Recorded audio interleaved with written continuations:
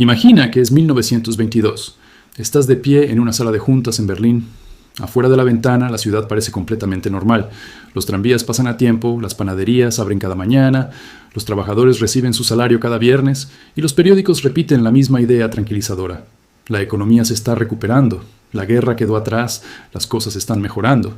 Pero dentro de esa sala ocurre algo que desconcierta a todos. Un hombre llamado Hugo Stinnes está haciendo algo que, para quienes lo observan, parece una locura. Está pidiendo prestadas cantidades gigantescas de marcos alemanes, millones y millones, y con ese dinero compra absolutamente todo lo que encuentra: fábricas, minas de carbón, líneas navieras, hoteles, periódicos, bosques, acerías. Compra sin frenar, sin dudar, con una agresividad que deja perplejos incluso a los grandes industriales de la época. La prensa alemana empieza a atacarlo. Algunos periodistas lo llaman codicioso, otros lo llaman imprudente, muchos lo describen como un especulador peligroso, y unos pocos, en voz baja, comienzan a llamarlo directamente un demente. Pero en menos de 18 meses ocurre algo que nadie estaba preparado para ver. El marco alemán no cae lentamente, colapsa. Un simple pan, que costaba 160 marcos a finales de 1922, pasa a costar 200.000 millones de marcos en noviembre de 1923. Los salarios pierden valor entre la mañana y la tarde. Personas que ahorraron durante toda su vida descubren que sus cuentas bancarias ya no sirven para comprar ni comida. Jubilados que confiaban en sus pensiones pasan hambre. La clase media alemana es destruida, no a lo largo de décadas, sino en el transcurso de un solo otoño. Y mientras millones de personas ven desaparecer su riqueza, Hugo Stinnes hace algo extraordinariamente simple. Paga sus deudas, pero las paga con un dinero que ya no vale prácticamente nada. Los millones de marcos que pidió prestados se convierten en papel inútil. Las deudas desaparecen. Sin embargo, las fábricas siguen produciendo. Las minas siguen extrayendo carbón. Los bosques siguen generando madera. El acero sigue teniendo valor. Cuando el polvo finalmente se asienta, Hugo Stinnes emerge del colapso como el industrialista más poderoso de Alemania. No fue suerte, no fue una apuesta, fue comprensión. Simplemente entendió lo que se avecinaba y convirtió papel en cosas reales antes de que el resto del mundo se diera cuenta de que ese papel estaba muriendo. Y aquí es donde esta historia deja de ser solo una anécdota histórica, porque esto no es la historia de un hombre astuto, es un patrón que aparece una y otra vez a lo largo de los siglos, en distintos continentes, bajo diferentes gobiernos y sistemas monetarios. Antes de cada gran colapso económico, ocurre algo que casi nadie nota mientras está sucediendo: una migración silenciosa de la riqueza. No hace ruido, no aparece en los titulares, no se anuncia en los noticieros nocturnos, pero ocurre siempre. Las personas que ya poseen capital comienzan a moverse primero, salen lentamente de los instrumentos financieros en los que confía el público general y empiezan a entrar en un conjunto muy específico de activos que la mayoría de la gente no considera hasta que ya es demasiado tarde. Esto no es teoría, es historia documentada, y una vez que ves el patrón, ya no puedes dejar de verlo. Antes de continuar, cuéntame en los comentarios desde dónde estás viendo este video y qué hora es en este momento para ti. Me gusta ver cómo estas historias conectan a personas de todo el mundo. Suscríbete al canal si quieres entender cómo las decisiones del pasado siguen influyendo en tu bolsillo hoy. Aquí conectamos historia, economía y realidad. Para entender qué compran los ricos antes de un colapso, primero es necesario comprender qué están vendiendo. Y para entender qué están vendiendo, hay que mirar una creencia muy profunda que domina la forma en que la mayoría de las personas entiende el dinero. Esa creencia parece obvia, casi incuestionable, pero es precisamente lo primero que se fractura cuando un sistema monetario empieza a deteriorarse. La mayoría de las personas piensa que riqueza y dinero son la misma cosa. En realidad son conceptos muy distintos. El dinero es una promesa. La riqueza es aquello por lo cual esa promesa debería poder canjearse. Cuando alguien posee un dólar, un euro, un bono o una participación en un fondo, lo que realmente tiene en las manos es una promesa emitida dentro de un sistema. Una promesa de que en algún momento futuro, ese papel, ese registro digital o ese número en una pantalla podrá intercambiarse por algo real: alimentos, energía, tierra, refugio, transporte o trabajo humano. El sistema financiero moderno está construido sobre esa base. Cada cuenta bancaria, cada plan de retiro y cada bono gubernamental representa una promesa de pago futuro. El número que aparece en una cuenta de ahorro implica que ese valor podrá transformarse en bienes y servicios cuando sea necesario. Un bono del gobierno supone que el Estado será capaz de devolver el dinero más adelante.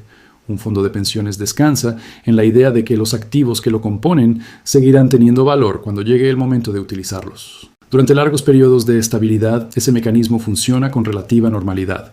Las promesas se cumplen, los mercados operan y las personas intercambian dinero por bienes cotidianos sin cuestionar demasiado el sistema que sostiene esas transacciones. El salario se deposita, las cuentas se pagan y el pan se compra cada mañana sin que nadie se pregunte demasiado qué respalda realmente ese dinero. Pero las familias que han acumulado capital durante generaciones observan el sistema desde otro ángulo. No se enfocan únicamente en el dinero que poseen, sino en la estructura que sostiene las promesas detrás de ese dinero. Comprenden que toda promesa financiera depende de la solidez del sistema que la respalda.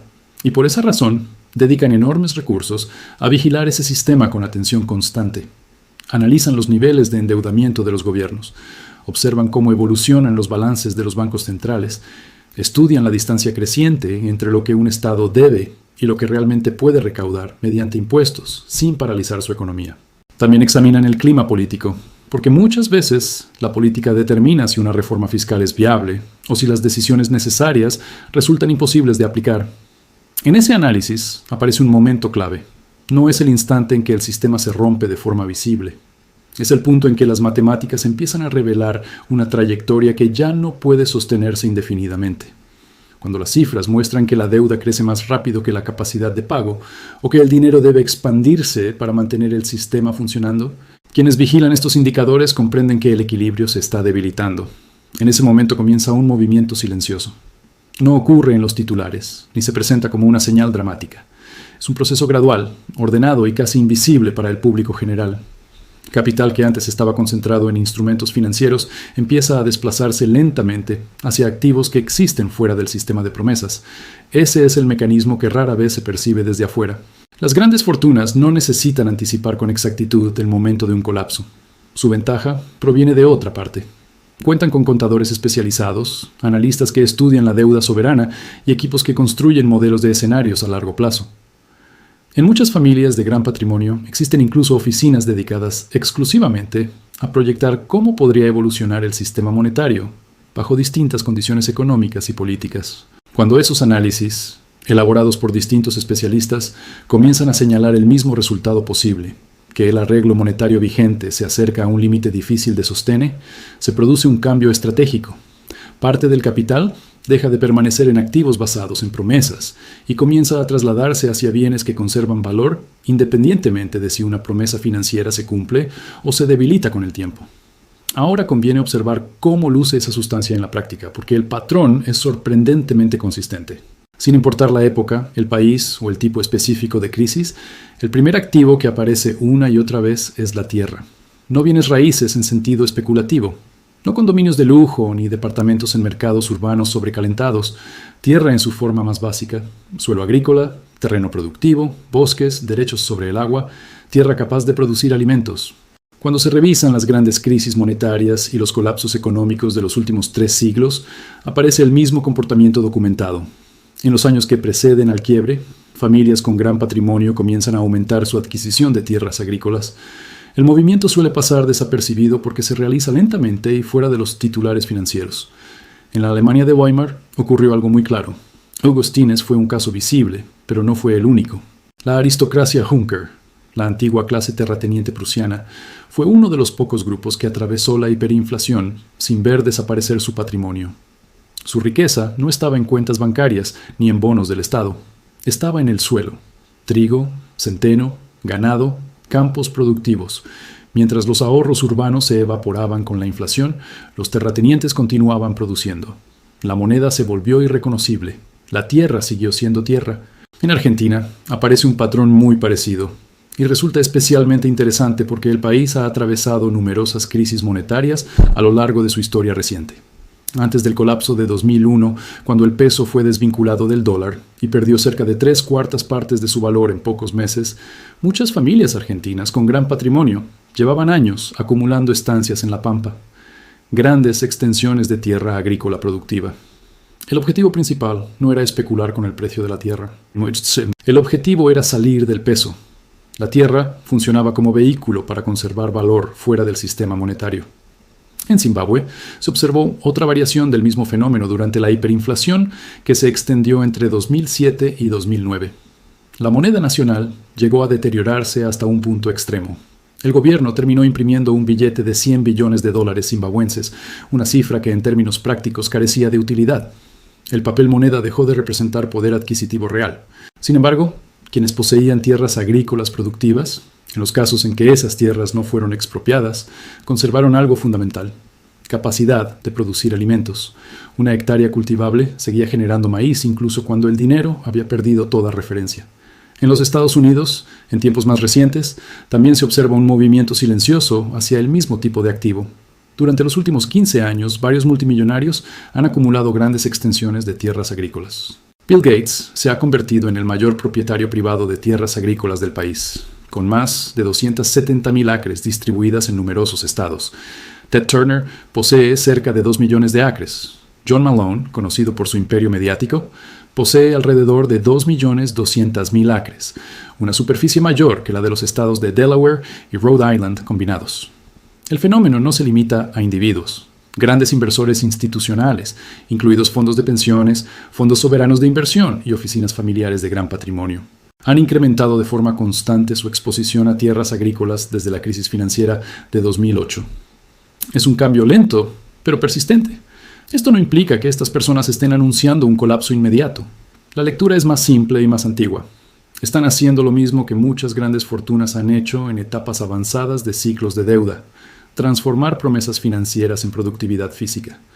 En lugar de depender exclusivamente de activos que representan obligaciones futuras, adquieren bienes que generan valor por sí mismos.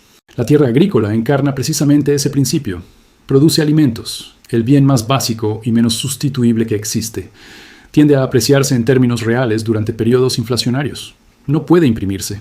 Tampoco puede crearse digitalmente ni multiplicarse mediante decisiones de política monetaria. En el sentido más literal, representa un valor anclado directamente en el suelo. El segundo activo es el oro, y la evidencia histórica es tan extensa que ignorarla exige un esfuerzo deliberado. El oro no funciona como una simple especulación, tampoco como una operación táctica de corto plazo. A lo largo de la historia económica, el oro aparece una y otra vez como el lugar al que el dinero regresa cuando la confianza en las instituciones comienza a deteriorarse. Esta afirmación no surge de una idea abstracta, sino de miles de años de registros económicos que muestran el mismo comportamiento en distintos periodos y civilizaciones. Antes del colapso del denario romano, ocurrió exactamente ese proceso. Bajo el emperador Augusto, el denario contenía casi plata pura y era considerado una moneda sólida. Con el paso de los siglos, los emperadores comenzaron a reducir gradualmente el contenido metálico de la moneda para financiar gastos militares y administrativos. La degradación fue constante. Hacia finales del siglo III, el denario contenía menos del 5% de plata real. En ese momento, la moneda ya casi no representaba el metal que decía contener. Mientras ese proceso ocurría, los sectores más acomodados de Roma ya estaban actuando. Senadores y patricios convertían parte de su riqueza en áureos de oro y en propiedades rurales. El soldado común seguía recibiendo su paga en denarios cada vez más debilitados, con los que cada vez resultaba más difícil comprar grano o bienes básicos. Quien poseía oro y tierra, en cambio, podía atravesar el deterioro del sistema monetario con relativa estabilidad. Algo parecido ocurrió en Francia en los años que precedieron a la Revolución de 1789. Durante ese periodo, la monarquía francesa enfrentaba una situación fiscal extremadamente frágil. Las deudas acumuladas por guerras y gastos del Estado habían alcanzado niveles que resultaban muy difíciles de sostener con los ingresos disponibles. Parte de la aristocracia era plenamente consciente de esa situación. Muchos miembros de esa élite comenzaron a mover su riqueza hacia activos que pudieran conservar valor fuera del sistema financiero francés. Oro, joyas y capital transferido a bancos en ciudades como Londres o Ginebra se volvieron destinos habituales. El movimiento no respondía necesariamente a una predicción precisa de la revolución. Respondía a una lectura clara de las cuentas públicas. Cuando un Estado debe mucho más de lo que puede pagar, el sistema monetario que depende de ese Estado suele terminar enfrentando un reajuste. En los Estados Unidos, durante la Gran Depresión de la década de 1930, también se observó una fuerte preferencia por el oro. A medida que el sistema bancario comenzó a debilitarse y varias instituciones financieras cerraban sus puertas, muchas personas con recursos optaron por convertir parte de su dinero en metal físico. La demanda llegó a ser tan intensa que en 1933 el presidente Franklin Roosevelt firmó la Orden Ejecutiva 6102. Esa orden hacía ilegal que los ciudadanos privados poseyeran oro monetario dentro del país. El objetivo era frenar la salida de oro del sistema bancario, que estaba debilitando la capacidad del gobierno para sostener el valor del dólar en ese momento. Ese episodio revela algo importante. El oro no fue restringido por irrelevante. Fue restringido porque demasiadas personas estaban optando por él en lugar de mantener su riqueza en dólares. La preferencia por el metal indicaba una pérdida de confianza en el sistema monetario vigente. Décadas más tarde, en 1971, ocurrió otro punto de inflexión. Ese año, el presidente Richard Nixon decidió cerrar la llamada ventanilla del oro, el mecanismo que permitía a gobiernos extranjeros convertir dólares en oro a una tasa fija. En ese momento, el precio oficial del metal estaba fijado en $35 por onza. Una vez eliminado ese vínculo directo entre el dólar y el oro, el precio del metal comenzó a ajustarse rápidamente. Para 1980, la onza de oro había alcanzado aproximadamente $850. Más que una simple subida de precio, ese movimiento reflejaba una revaluación general del metal frente a una moneda cuya referencia había cambiado. En tiempos recientes aparece otro indicio interesante. Los propios bancos centrales han incrementado sus compras de oro de forma notable. Durante los años 2022 y 2023, las adquisiciones globales de oro por parte de bancos centrales superaron las 1.000 toneladas anuales, niveles que no se observaban desde la década de 1960. Entre los compradores se encuentran países como China, Rusia, India, Turquía, Polonia y Singapur. Estas decisiones no provienen de inversores individuales siguiendo una tendencia pasajera. Provienen de instituciones estatales con equipos completos de economistas y analistas que observan las dinámicas de deuda, comercio y reservas internacionales. Cuando esas instituciones deciden aumentar sus reservas de oro, el movimiento suele interpretarse como una forma de fortalecer activos que no dependen directamente de la promesa de otro emisor. En otras palabras, una forma de convertir parte de las reservas financieras en un activo monetario que no implica riesgo de contraparte. El dato resulta especialmente llamativo por una razón sencilla. Muchas de las instituciones que emiten dinero fiduciario también mantienen reservas significativas de oro. En la práctica, quienes administran el sistema monetario global continúan acumulando el metal que históricamente ha servido como referencia cuando la confianza en las promesas financieras comienza a debilitarse. El tercer activo, y uno que suele sorprender a muchas personas, es el arte. Obras de bellas artes, pinturas de gran nivel, antigüedades raras y esculturas de calidad museística. Con frecuencia el coleccionismo de arte se percibe como un simple pasatiempo de los ultrarricos, una muestra de estatus o un gesto de extravagancia. Esa interpretación pasa por alto una función mucho más práctica. En los niveles más altos del mercado, el arte funciona como un depósito de valor portátil, difícil de rastrear y aceptado internacionalmente, que existe fuera del sistema bancario tradicional. Una pintura de Monet, por ejemplo, no tiene un símbolo bursátil ni cotiza en un mercado financiero. No aparece en el balance de una entidad bancaria ni se registra automáticamente en los sistemas fiscales del mismo modo que una cuenta de corretaje o una cartera de acciones. Muchas de estas obras terminan almacenadas en puertos francos, instalaciones especiales ubicadas en ciudades como Ginebra o Luxemburgo. Allí existen bóvedas climatizadas donde miles de millones de dólares en arte permanecen guardados durante años, protegidos y lejos de la exposición pública. Antes de la crisis financiera de 2008, se observó un fenómeno interesante. Los precios en las subastas de casas como Christie's y Sotheby's comenzaron a romper récord tras récord. En los 2 años previos al colapso de Lehman Brothers, el volumen de ventas del mercado del arte alcanzó algunos de los niveles más altos registrados hasta ese momento. A simple vista, parecía un auge repentino del interés por el arte impresionista o moderno. En realidad, reflejaba un movimiento de capital hacia una clase de activos con características muy particulares: baja correlación con los mercados financieros, portabilidad física y una estructura de propiedad menos visible. Ese comportamiento tiene antecedentes mucho más antiguos. Durante la Segunda Guerra Mundial, algunas familias judías adineradas de Europa que lograron escapar de la persecución nazi habían transformado parte de su riqueza en objetos pequeños, portátiles y de gran valor. Monedas de oro, diamantes y pinturas de tamaño reducido resultaban más fáciles de transportar que cuentas bancarias o propiedades. Un activo físico podía ocultarse dentro de un equipaje, coserse en el interior de un abrigo o esconderse en una casa rural. Una cuenta bancaria en Berlín, en cambio, podía ser congelada con una simple orden administrativa. Décadas más tarde, durante la desintegración de la Unión Soviética, apareció otra variación del mismo patrón. A medida que el sistema económico planificado se desmoronaba y el rublo perdía estabilidad, los nuevos oligarcas rusos comenzaron a participar agresivamente en el mercado internacional del arte. En subastas de Nueva York, Londres o París, se convirtieron en algunos de los compradores más visibles de obras de alto valor. La motivación no era únicamente estética. Una pintura valorada en decenas de millones de dólares representa una forma de riqueza que no depende de una cuenta bancaria específica ni de una moneda determinada. Puede trasladarse, almacenarse en una bóveda privada o mantenerse durante años en un puerto franco suizo sin formar parte directa del sistema financiero tradicional. A través de distintos periodos históricos aparece el mismo comportamiento. Cuando el sistema financiero se percibe como sólido, la riqueza circula con normalidad dentro de él. Cuando el sistema comienza a mostrar fragilidad, parte de esa riqueza se desplaza gradualmente hacia activos físicos que existen fuera de su estructura. El arte de primer nivel ha funcionado repetidamente como uno de esos refugios. El cuarto activo es la moneda extranjera, o con mayor precisión, la jurisdicción extranjera. Aquí el patrón se vuelve más incómodo, porque revela una realidad que muchas personas prefieren no mirar de frente. Quienes poseen grandes patrimonios no solo diversifican inversiones, también diversifican países. Antes del colapso argentino de 2001 ocurrió exactamente eso. Durante los años previos a la crisis, empresas y familias con grandes recursos comenzaron a convertir pesos en dólares y a transferirlos a cuentas en el exterior. La salida de capitales fue significativa. Solo entre mediados de 2001 y comienzos de 2002, alrededor de 18.000 millones de dólares abandonaron el sistema financiero argentino mientras la confianza se deterioraba. Mientras tanto, gran parte de la clase media mantuvo sus ahorros dentro del sistema bancario local.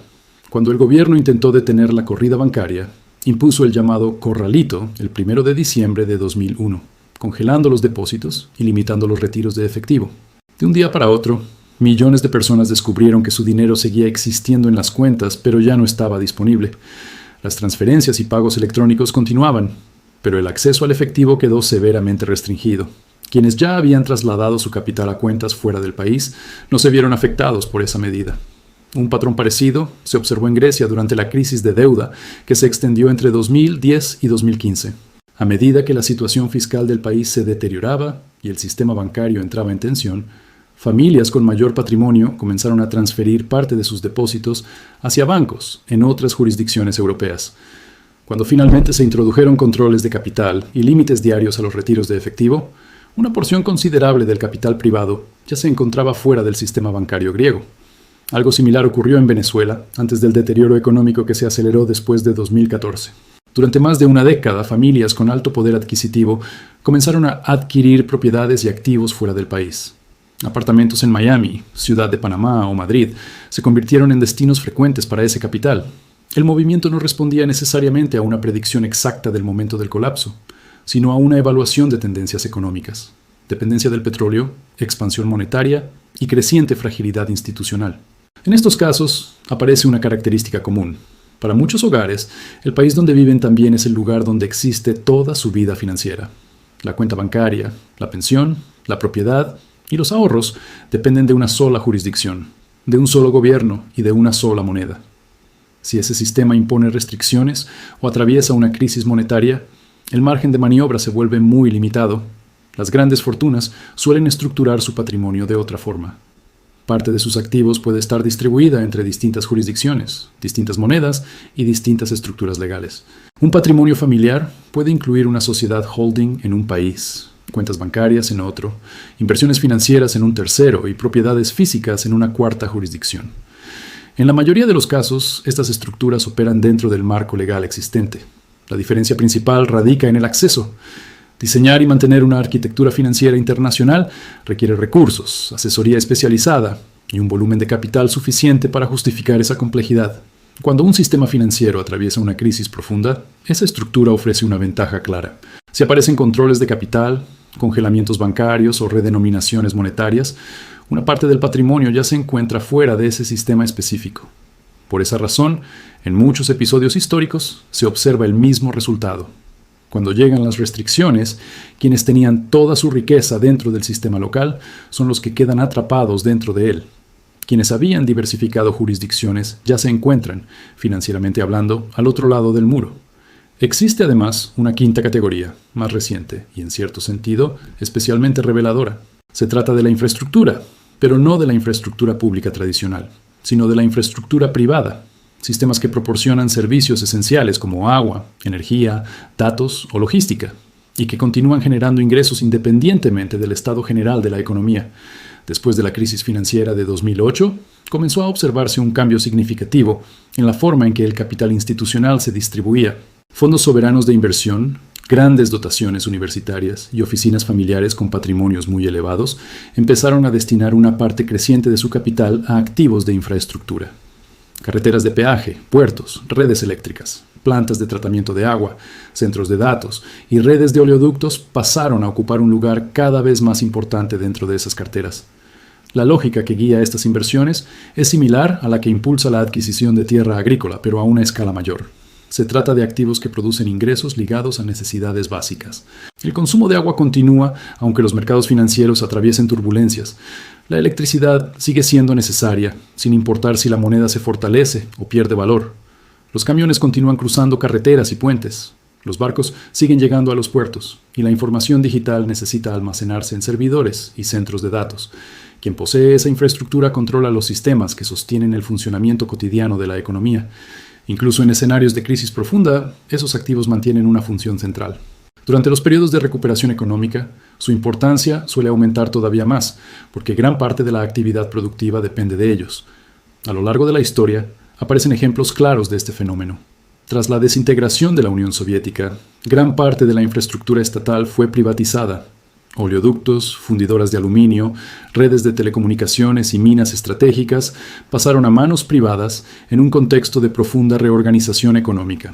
Un grupo reducido de empresarios adquirió esos activos a precios muy bajos en comparación con su valor productivo real. Con el paso de los años, ese control sobre infraestructuras clave se transformó en la base del enorme poder económico de los oligarcas rusos.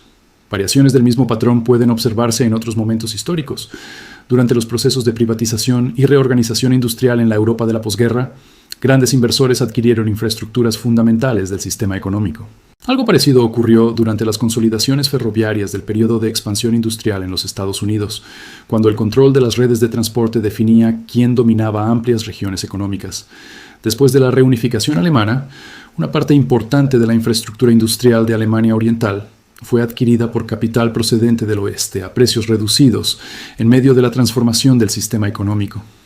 En cada uno de estos casos, los activos concretos eran distintos, pero el patrón subyacente permanecía. Las formas cambian, el comportamiento estructural se repite. Si se observa el panorama completo, aparece una secuencia clara. Antes de muchos grandes colapsos económicos, se produce una migración gradual de la riqueza hacia activos que poseen características similares.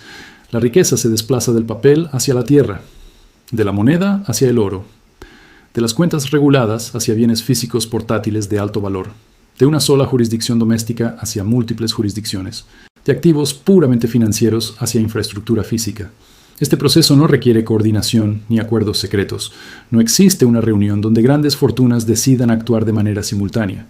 El fenómeno surge de una dinámica más estructural. Las personas con mayores recursos suelen tener acceso a más información, más análisis y más asesoría especializada. Pueden financiar equipos que estudian deuda soberana, estabilidad monetaria y cambios en los sistemas financieros. Ese acceso adicional a información no les permite prever el futuro con certeza absoluta. Lo que les permite es interpretar con mayor precisión las señales que ya están presentes en el sistema. Cuando esas señales indican que un modelo económico se acerca a sus límites, el capital comienza a moverse hacia activos que conservan valor, incluso si las promesas financieras dejan de sostenerse. Y el presente, ahora mismo, está mostrando señales muy concretas. Conviene observar primero las cifras. La deuda soberana global supera hoy los 100 billones de dólares. Solo la deuda nacional de Estados Unidos supera los 34 billones. La Oficina de Presupuesto del Congreso proyecta que los pagos de intereses sobre esa deuda podrían superar el billón de dólares anuales en los próximos años, una cifra comparable o incluso superior a grandes partidas del gasto federal. Japón mantiene una relación deuda-PIB que supera ampliamente el 260%. En China, si se suman las obligaciones del gobierno central, los gobiernos locales, las empresas y los hogares, la deuda total supera el 300% del Producto Interno Bruto. El balance del Banco Central Europeo, que rondaba los 2 billones de euros en 2014, llegó a expandirse hasta cerca de 9 billones durante los años de estímulo monetario posteriores. Cuando los economistas observan estas trayectorias, analizan un principio sencillo. Si la deuda crece de forma persistente más rápido que la economía que debe sostenerla, el sistema termina enfrentando un ajuste. La cuestión no es si existe presión financiera, sino de qué manera se resuelve. A lo largo de la historia aparecen 3 caminos posibles. El primero es el incumplimiento. En ese escenario, el gobierno declara que no puede pagar parte de su deuda. El resultado suele ser una crisis financiera severa, colapso de los mercados de bonos, debilitamiento del sistema bancario y fuertes recesiones. Desde el punto de vista político es un desenlace extremadamente costoso, por lo que los gobiernos que emiten deuda en su propia moneda casi siempre intentan evitarlo. El segundo camino es la austeridad. El gobierno reduce el gasto público y aumenta los impuestos para cerrar la brecha fiscal. Esto implica recortes en pensiones, programas sociales, salud o defensa, al mismo tiempo que se incrementa la carga tributaria. En teoría, puede estabilizar las cuentas públicas, pero en la práctica resulta muy difícil de sostener políticamente. Cuando se aplican programas de ajuste profundos, la economía suele contraerse y el descontento social aumenta. Grecia vivió una experiencia cercana a este escenario durante la crisis de deuda europea, con una contracción económica muy severa y fuertes tensiones sociales. El tercer camino es la inflación. En este caso, el sistema monetario permite que la inflación se mantenga por encima de las tasas de interés durante periodos prolongados. De esa forma, el valor real de la deuda se reduce con el tiempo. Los gobiernos continúan pagando sus obligaciones nominales, pero lo hacen con una moneda que tiene menor poder adquisitivo. Para los ahorradores, el efecto es silencioso. El dinero sigue existiendo, pero compra menos bienes y servicios. A este proceso, muchos economistas lo llaman represión financiera. Fue utilizado después de la Segunda Guerra Mundial por varios países desarrollados para reducir niveles de deuda muy elevados. Durante buena parte del periodo comprendido entre 1945 y 1980, las tasas de interés reales en Estados Unidos fueron negativas en distintos momentos. Los bonos del gobierno ofrecían rendimientos nominales, pero la inflación reducía su valor real con el tiempo. El resultado fue visible en las estadísticas. La relación deuda-PIB estadounidense descendió desde niveles superiores al 110% hasta menos del 35% en las décadas posteriores a la guerra. El sistema no colapsó y la deuda fue pagada nominalmente. Sin embargo, el ajuste se produjo a través de una erosión gradual del poder adquisitivo del dinero. En ese contexto, quienes mantenían principalmente activos financieros denominados en moneda perdieron capacidad de compra con el paso del tiempo. En cambio, quienes poseían activos reales, tierra, empresas productivas, materias primas, infraestructura o participaciones empresariales, tendieron a preservar o incluso aumentar su riqueza en términos reales. Este patrón histórico vuelve a aparecer cuando se observan las condiciones actuales. Elevados niveles de deuda soberana, balances de bancos centrales ampliados tras años de estímulos monetarios, episodios de tasas de interés reales negativas y dificultades políticas para aplicar ajustes fiscales profundos forman parte del entorno económico actual en muchos países. Cuando se observa a grandes inversores adquiriendo tierras agrícolas, a bancos centrales aumentando reservas de oro o a mercados de arte alcanzando precios muy altos, algunos analistas interpretan estos movimientos como señales de posicionamiento frente a un entorno financiero incierto. El comportamiento recuerda dinámicas que ya se han visto en otros periodos de transición monetaria. Eso no significa necesariamente que un colapso sea inmediato. Los sistemas monetarios pueden mantenerse durante largos periodos, incluso cuando enfrentan presiones estructurales. El denario romano se fue degradando durante siglos antes de perder completamente su función original. La libra esterlina dejó de ser la principal moneda de reserva mundial a lo largo de varias décadas, en un proceso gradual. Sin embargo, las tendencias económicas suelen tener dirección. Las matemáticas de la deuda siguen una trayectoria, los incentivos políticos también. Y el comportamiento de quienes administran grandes volúmenes de capital suele reflejar cómo interpretan esas tendencias. Quienes manejan grandes patrimonios analizan balances, informes de bancos centrales, proyecciones demográficas y estimaciones de gasto público futuro. Cuando esos documentos apuntan hacia tensiones estructurales dentro del sistema monetario, el capital comienza a ajustarse a ese escenario. La cuestión central, entonces, no es únicamente si esas lecturas resultan correctas. La pregunta más profunda es qué implicaciones tiene todo esto para quienes viven dentro del sistema, sin el mismo acceso a información, movilidad o estructuras financieras internacionales. A lo largo de la historia, los grandes ajustes monetarios suelen redistribuir riqueza, y con frecuencia, Quienes se mueven primero lo hacen antes de que la mayoría perciba que el cambio ya está en marcha. En la Alemania de Weimar, quien quedó verdaderamente destruida fue la clase media, no los pobres, que tenían muy poco que perder. Tampoco los grandes propietarios que ya habían convertido su riqueza en activos reales antes de que la moneda colapsara. Fueron los maestros, los médicos, los ingenieros, los funcionarios públicos y los pequeños profesionales.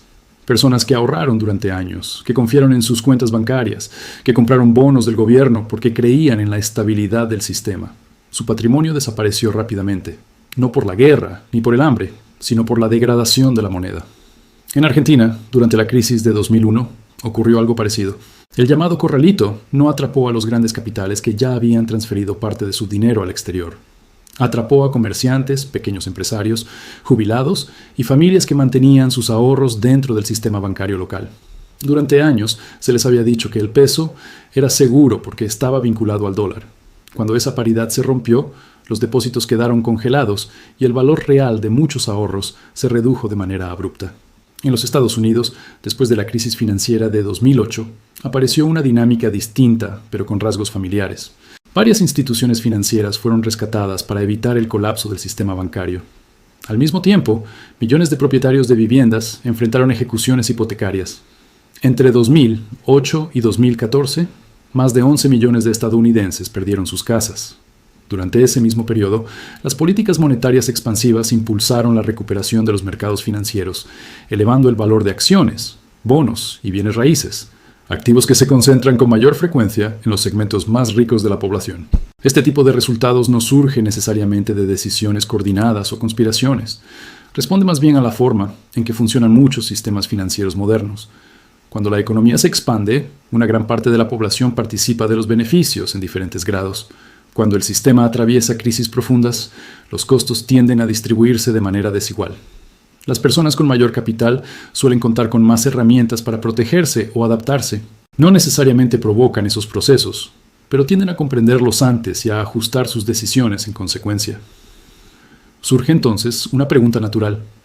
¿Qué significa todo esto para alguien que no posee una gran fortuna, que no cuenta con estructuras financieras internacionales ni con enormes extensiones de tierra? No se trata de ofrecer recomendaciones de inversión. El punto más importante es comprender el patrón. Reconocer cómo han funcionado históricamente estas dinámicas permite observar el sistema con mayor claridad. A lo largo de muchos episodios económicos, quienes resultaron más afectados no fueron necesariamente quienes tomaron decisiones equivocadas de inversión. Con frecuencia, fueron quienes asumieron que el sistema permanecería estable por defecto. Quienes confiaron plenamente en que las estructuras existentes protegerían sus ahorros sin necesidad de cuestionarlas. Las grandes fortunas, en cambio, suelen adoptar otra actitud. No depositan toda su confianza en el sistema, lo utilizan mientras funciona. Y cuando perciben señales de fragilidad estructural, buscan activos que puedan conservar valor incluso fuera de ese sistema. Tierra productiva, metales preciosos, infraestructura esencial, bienes físicos escasos o activos distribuidos en distintas jurisdicciones. Los nombres específicos de esos activos pueden variar con el tiempo. El principio subyacente, sin embargo, aparece repetidamente en distintos siglos y contextos económicos. Existe además un aspecto psicológico que vuelve este patrón difícil de aceptar. Después de cada crisis importante surge la misma pregunta. ¿Cómo fue posible que tanta gente no viera venir el problema? Con frecuencia, la explicación es sencilla. Quienes identificaron antes las debilidades del sistema no tenían necesariamente incentivos para advertirlo públicamente. Actuaron protegiendo su posición. El industrial que percibía la fragilidad de una moneda ajustaba sus activos. El inversor que detectaba riesgos en un mercado financiero cambiaba su exposición. Las decisiones se tomaban en silencio. Cuando el sistema finalmente atravesaba el ajuste, esos actores ya se encontraban posicionados para afrontarlo mejor que la mayoría. Este comportamiento no responde tanto al cinismo como a una constante histórica. A lo largo del tiempo, cada vez que los sistemas monetarios o financieros entran en una fase de transformación, el capital comienza a reorganizarse antes de que el cambio sea evidente para todos. Y una vez que ese proceso comienza, rara vez ocurre de manera completamente visible. La pregunta nunca fue si los ricos se preparan para los colapsos. Siempre lo hacen. La pregunta, la única que importa, es si tú entiendes lo que ellos ya saben. Y si no lo entiendes, ¿de quién es la responsabilidad? Este canal no existe para decirte qué comprar. Existe para mostrar los patrones que la mayoría de las personas solo reconoce cuando el costo ya ha sido pagado. Si ese tipo de análisis resulta valioso, mantenerse informado es una de las pocas ventajas que no requiere un patrimonio de $1.000 millones. Si este análisis te ayudó a ver el sistema con otros ojos, suscribirte es la forma más simple de seguir entendiendo estos patrones antes de que se vuelvan evidentes para todos. Comparte este video con alguien que valore este tipo de análisis. Muchas veces una sola conversación puede cambiar la forma en que alguien entiende el mundo económico que lo rodea. Gracias por ver el video hasta el final. Nos vemos en el próximo análisis.